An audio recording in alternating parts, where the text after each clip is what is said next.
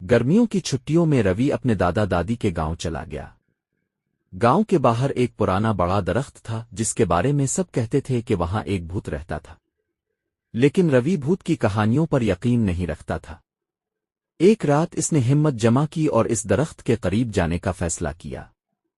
چاندنی رات میں جب وہ وہاں پہنچا تو اچانک تیز ہوا چلنے لگی، پتے سرسرانے لگے اور یوں لگا جیسے کوئی سرگوشی کر رہا ہو۔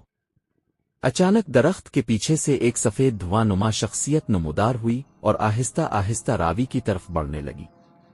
روی کا دل زور زور سے دھڑکنے لگا، وہ خوف سے کانپنے لگا، لیکن پھر اسے یاد آیا کہ دادی اماں نے کہا تھا خوف پر قابو رکھو تو بھوت بھی بھاگ جاتا ہے۔ اس نے ہمت جمع کی اور بلند آواز میں کہا، تم کون ہو؟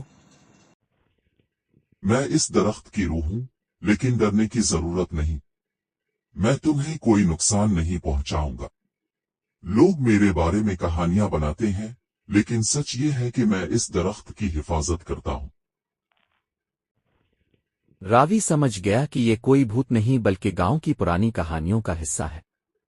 اگلی صبح وہ سب کو بتانے چلا گیا اور گاؤں والوں کو بھی احساس ہوا کہ خوف محض ایک وہم ہے۔